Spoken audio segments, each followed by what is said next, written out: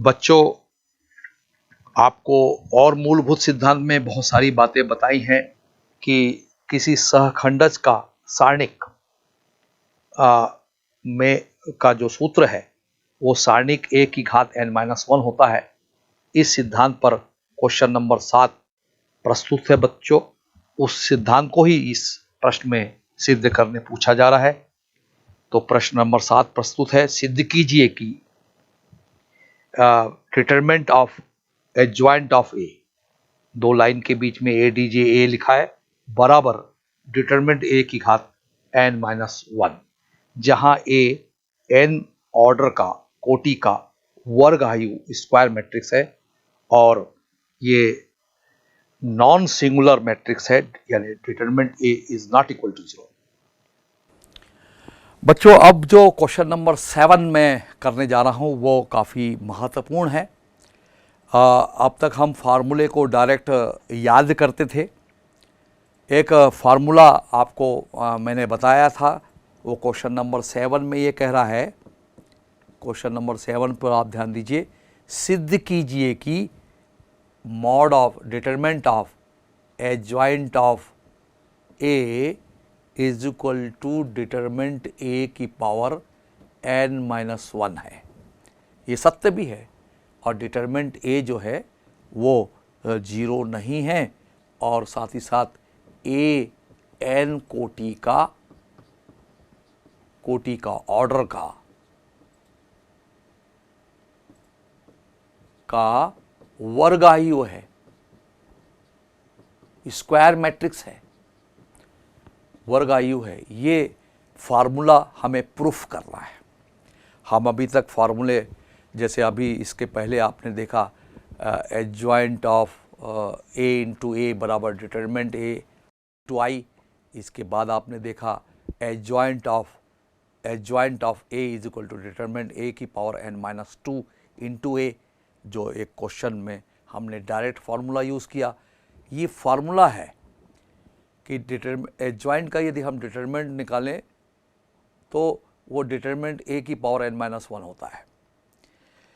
वो किसी क्वेश्चन में आप पूछा जाए कॉम्पिटिटिव एग्जामिनेशन में तो आप उसका यूज़ भी कर सकते हैं, लेकिन प्रश्न ये उठता है कि कभी हम जो सूत्र सीधे बताते जा रहे हैं, क्यों ना हम उन सूत्रों को बीच बीच में प्रूफ भी करते जाए। उसके आधार पर हमने क्वेश्चन नंबर 7 बनाया है। तो बच्चों, ध्यान देंगे कि हम इसको किस प्रकार से प्रूफ करेंगे। आपको मैंने ये बताया था, हम जानते हैं, लिख सकते हैं आप परीक्षा में।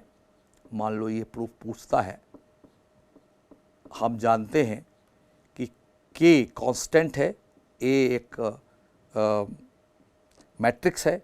यदि उसका मैं सारणिक लूँ और ये n ऑर्डर का है तो k⁻n इंटू डिटरमिनेंट ए होता है।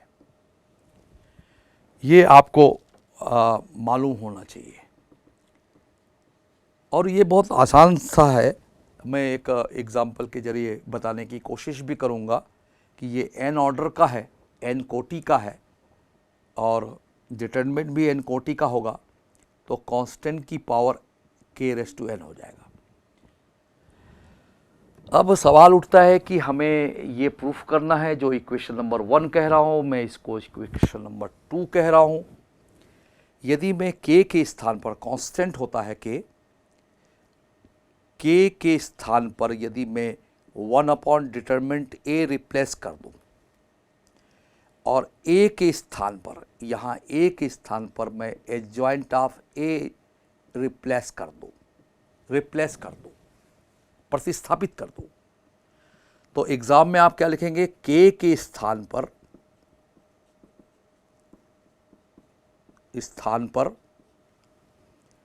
1/a डिटरमिनेंट a तथा a के स्थान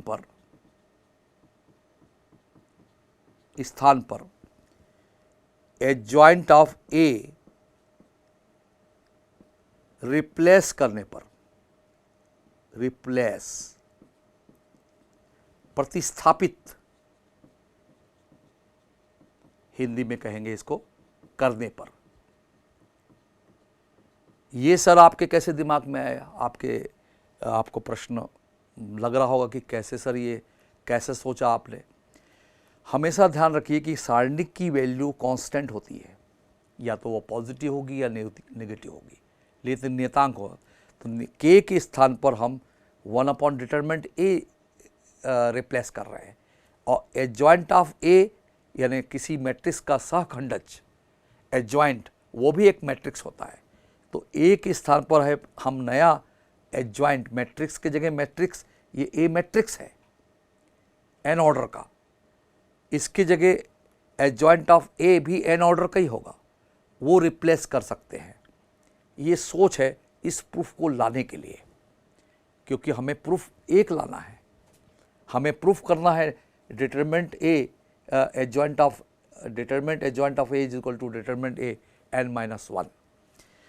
तो बच्चों आप करके देखें, हम k के स्थान पर, यहाँ k के स्थान पर 1 अपॉन डिटरमिनेंट ए लिख दें, और इस वाले डबल टिक मैंने किया है, a के स्थान पर मैंने कहा है एडजॉइंट ऑफ a हम रिप्लेस करेंगे। तो राइट साइड में भी k है, तो 1 अपॉन डिटरमिनेंट a की पावर n होगी, और ये डिटरमिनेंट a के स्थान पर एडजॉइंट ऑफ a हम लिख सकते हैं। अब देखिए हम प्रूफ के तरफ पहुंच रहे हैं, हमको प्रूफ मिलने जा रहा है। आपको ये मालूम है कि adjoint of a upon determinant a का डिटरमिनेंट इज इक्वल टू, ये क्या होगा, 1 का पावर n रहने से 1 ही आएगा, और ये डिटरमिनेंट की पावर n हो जाएगा, और ये determinant of adjoint of a मिल रहा है, जो राइट साइड को हमें दिखा रहा है। अब आपको ये मालूम है कि A इनवर्स की जो डेफिनेशन है, किसी वर्ग आयु का जो प्रतिलोम है, वो adjoint of A upon determinant A होता है।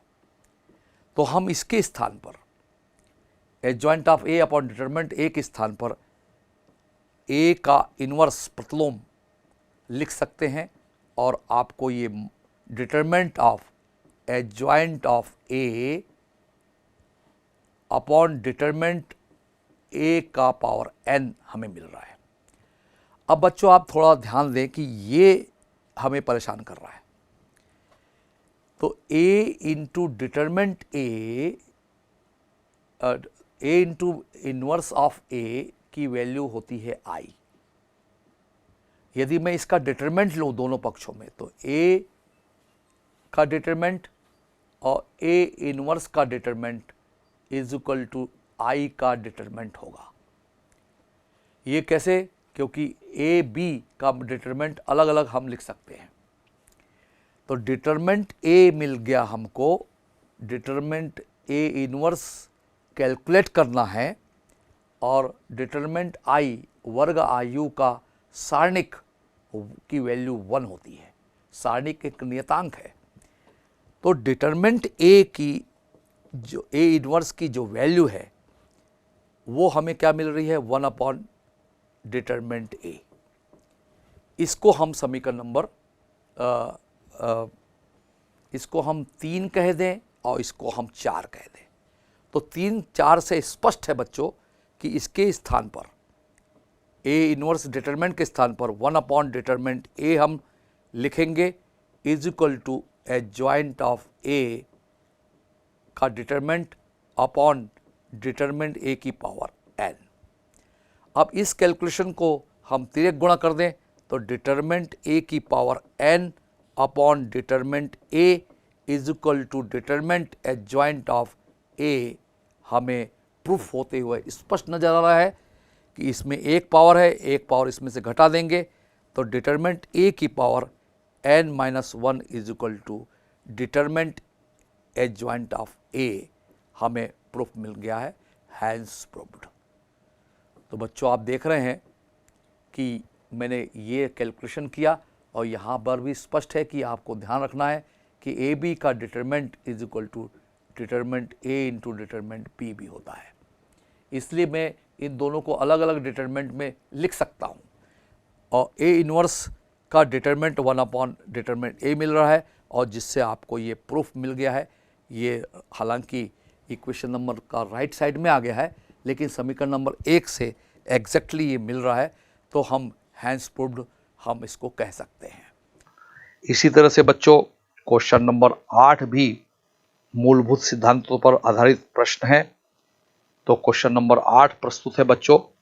यदि ए एक 3 कोटि ऑर्डर का वर्गायु स्क्वायर मैट्रिक्स इस प्रकार है कि a into in bracket adjoint of a is equal to 10i, तब determinant of adjoint of a का मान ज्ञात कीजिए।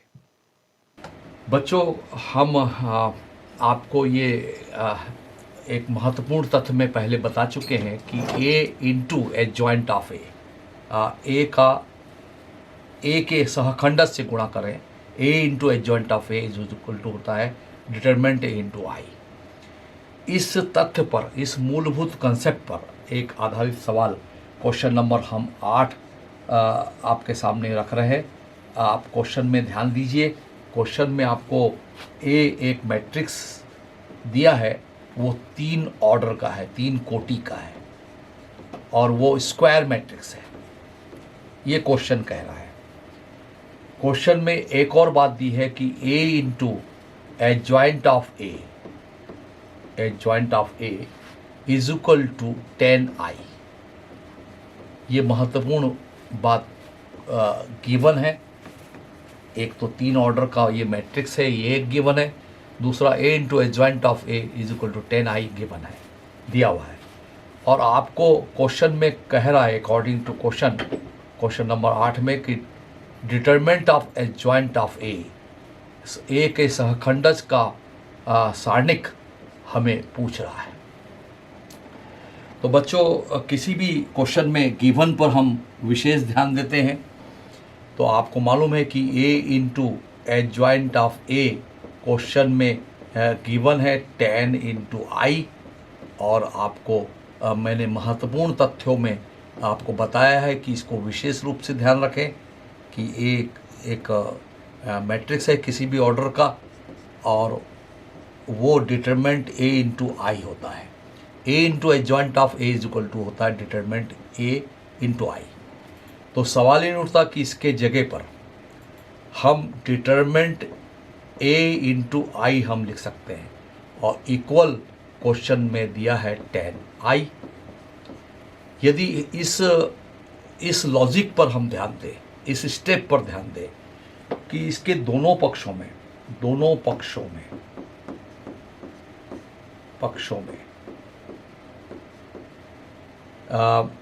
आई के गुणांक जो कांस्टेंट है, गुणांक की तुलना करें। तुलना करने पर ऐसा नहीं कि आप आई और आई काट दें, या तो फिर आई इनवर्स का दोनों तरफ मल्टीप्लाई करें, लेकिन आई इनवर्स इंटू आई आखिर आई ही होगा। तो बेहतर है कि हम आई जो एक यूनिट मैट्रिक्स है उसी ऑर्डर का होना चाहिए। तो डिटरमिनेंट ए की जो वैल्यू है वो हमें 10 मिल रही है, और ए जो है वो 3 कोटि का, बार बार आपको ध्यान दिलवा रहा हूँ, 3 कोटि का स्क्वायर मैट्रिक्स है। ये क्वेश्चन में खास बात दी गई है।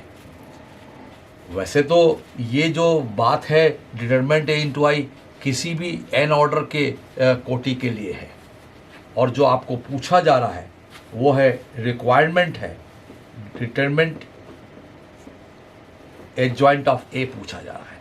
और उसका महत्वपूर्ण तथ्य में मैंने आपको बताया है, इसका फॉर्मूला है कि डिटरमिनेंट ऑफ एडजॉइंट ऑफ ए का मान होता है n की घात डिटरमिनेंट a की घात n-1। और यहाँ पर मैं ज़रूर कहूँगा कि जहाँ a जो है n कोटि का, n ऑर्डर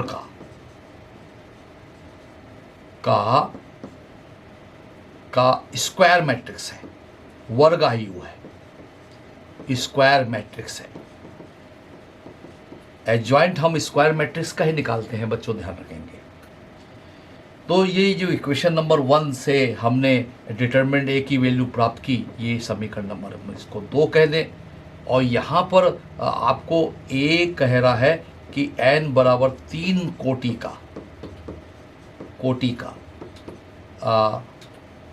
स्क्वायर मैट्रिक्स है। ये क्वेश्चन में गिवन है, तो सवाल ही उठता कि n इज इक्वल टू 3 रखेंगे हम, तो इसको सिंप्लीफाई करने पर हमको determinant of adjoint of a की जो वैल्यू मिलेगी वो डिटरमिनेंट a की पावर n के जगह यहाँ 3 है, तो 3 माइनस 1 और बाजू में फिर से लिख दीजिए n बराबर 3 according to question, according to the question. ये एग्ज़ाम में लिख दें जब आप सॉल्व कर रहे हो, कॉम्पिटेटिव एग्जामिनेशन में फास्ट कैलकुलेशन करें। और determinant of adjoint of A अब हमें को मिल गया है, और वो समीकरण नंबर इसको मैंने 2 कहा है।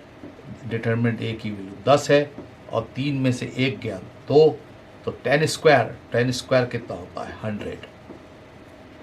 तो जो रिक्वायरमेंट था, क्वेश्चन पूछ रहा था कि डिटरमिनेंट ऑफ एडजॉइंट ऑफ ए का मान ज्ञात करो, तो डिटरमिनेंट ऑफ एडजॉइंट ऑफ ए का मान हमें मिल रहा है 100।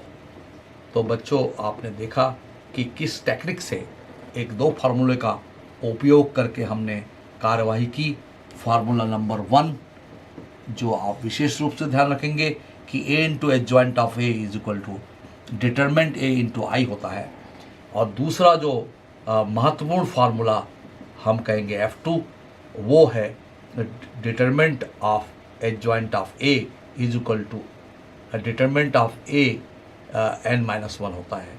जब कब होता है? जब n a जो है n कोटि का, ऑर्डर का स्क्वायर मैट्रिक्स हो, और n के जगह 3 हमने रखा, हमें डिटरमिनेंट a का स्क्वायर मिल गया। ये देखिए डिटरमिनेंट a का 3 में से 1 गया, 2 घात हो गई, तो डिटरमिनेंट a का स्क्वायर हुआ। डिटरमिनेंट a की वैल्यू पहले ही हम समीकरण नंबर 2 से निकाल चुके हैं, 10 का स्क्वायर 10 गुणा 10 100। तो इस तरह से बच्चों इसका कैलकुलेशन करेंगे, और ये कॉम्पिटिटिव एग्जामिनेशन में भी और बोर्ड एग्जाम के लिए भी काफ़ी महत्वपूर्ण सवाल है। और फिर मूलभूत सिद्धांत पर आधारित क्वेश्चन नंबर 9 इस प्रकार से है बच्चों, जो स्क्रीन पर आप देख रहे हैं। क्वेश्चन नंबर 9, यदि 2 इंटू 2 कोटि ऑर्डर के वर्ग आयु स्क्वायर मैट्रिक्स ए इस प्रकार है कि a into in bracket adjoint of a is equal to 2 into 2 order का मैट्रिक्स है 8008, तो डिटरमिनेंट a का मान ज्ञात कीजिए। अब बच्चों इसी कंसेप्ट पर हम आगे आपको हम तैयार कर रहे हैं, ताकि आप बोर्ड की भी तैयारी ठीक से कर सकें, और साथ ही साथ कॉम्पिटिटिव एग्जामिनेशन की तैयारी भी आपकी साथ साथ होते जाए। यहाँ पर एक ए मैट्रिक्स है। क्वेश्चन नंबर 9 में आप विशेष करके ध्यान दें, आपको ए एक मैट्रिक्स है जो 2 इंटू 2 कोटि का ऑर्डर का हमें स्क्वायर मैट्रिक्स दिया हुआ है, और ए इंटू एडजॉइंट ऑफ ए की वैल्यू वो है 8008, और क्वेश्चन में पूछ रहा है कि डिटरमिनेंट ए की वैल्यू। अभी इसके पहले सवाल में आपने डिटरमिनेंट ऑफ एडजॉइंट ऑफ ए की वैल्यू निकाली, अब आपको डायरेक्ट डिटरमिनेंट ऑफ ए आपको पूछ रहा है। तो बच्चों इसको हम क्वेश्चन नंबर 1 कह दें, जो क्वेश्चन में दिया है, और इसी को लेके हम जो गिवन है उसी को लेकर हम सोचते हैं और सवाल हल करने की कोशिश करते हैं।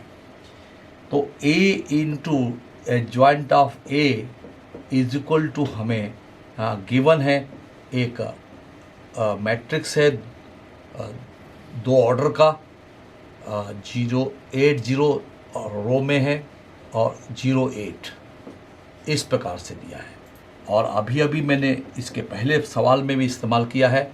महत्वपूर्ण तथ्य है a into adjoint of a is equal to होता है डिटरमिनेंट a इंटू आई। तो बच्चों सवाल ही उठता कि इसके जगह पर हम इस सूत्र का इस्तेमाल करें, तो हम इसके जगह डिटरमिनेंट a इंटू आई लिख दें, और यहाँ आपको 8 सारे एलिमेंट में मैट्रिक्स के सभी अवयव में 8 कॉमन दिख रहा है। जीरो में तो 8 कॉमन रहेगा, तो ये 1 0 0 1 मिला। और सवाल ही नहीं उठता कि ये डिटरमिनेंट ए है इंटू आई है, ये 8 है और ये भी आई है। एक्चुअल में बच्चों ये दो ऑर्डर का ये यूनिट मैट्रिक्स है। दो ऑर्डर का यूनिट मैट्रिक्स इस प्रकार से होता है। उसका जनरल कोड आई भी हम कह सकते हैं। यहाँ 2 कोटि का है तो 2 कोटि का यूनिट मैट्रिक्स होगा। मान लो सवाल 3 ऑर्डर का होता तो I3 जो यूनिट मैट्रिक्स होता और उसका वैल्यू इस प्रकार से हम इसका जो मुख्य विकर्ण के जो सारे एलिमेंट्स हैं वो 1 होंगे, यानी इसको भी हम आई कहते हैं। ये क्वेश्चन के अकॉर्डिंग हम इस्तेमाल करते हैं। तो यहाँ यदि हम इक्वेट करने की बात करें और यहाँ से स्पष्ट है कि दोनों पक्षों की यदि हम तुलना करते हैं, आई का गुणांक 8 है जो कांस्टेंट है और डिटरमिनेंट भी कांस्टेंट राशि होती है, तो दोनों पक्षों की तुलना करने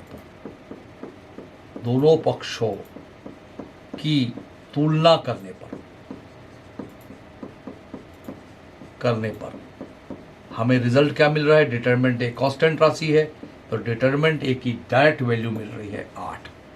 यही इसका आंसर है। ये केस 1 बच्चों आप माने कि केस 1 के जरिए मेरी सोच में इस प्रकार से यदि एग्ज़ाम हॉल में आया तो मुझे रिजल्ट मिल रहा है determinant A is equal to 8। यदि मैं इस ढंग से सोचता, केस 2 पर आप ध्यान दें, फिर आप सोचने के लिए बाध्य होंगे और गणित सोचने का विषय है। तो a into adjoint of a हमें पता है वो है 8008। यदि मैं इसके दोनों पक्षों का डिटरमिनेंट ले लूँ, यानी determinant of a into adjoint of a, कोई एक नया मैट्रिक्स है, इसका मल्टीप्लाई का मैं डिटरमिनेंट लूँ और इसका डिटरमिनेंट लूँ 8008 का, तो आप हिंदी का 4 बना के हल करते हैं। 8 8 64, 8 गुणा 8 माइनस 0 यानी 64 ऋण 0, यानी कुल मिला के आपको ये भी पता है कि दो मैट्रिक्स के मल्टीप्लाई का determinant A into determinant adjoint of A होगा और वो हमें कितना मिल रहा है? 64। ये जो A into adjoint of A को मैं अलग अलग डिटरमिनेंट में लिख दिया, ये किस लॉजिक से लिखा, किस तर्क से लिखा?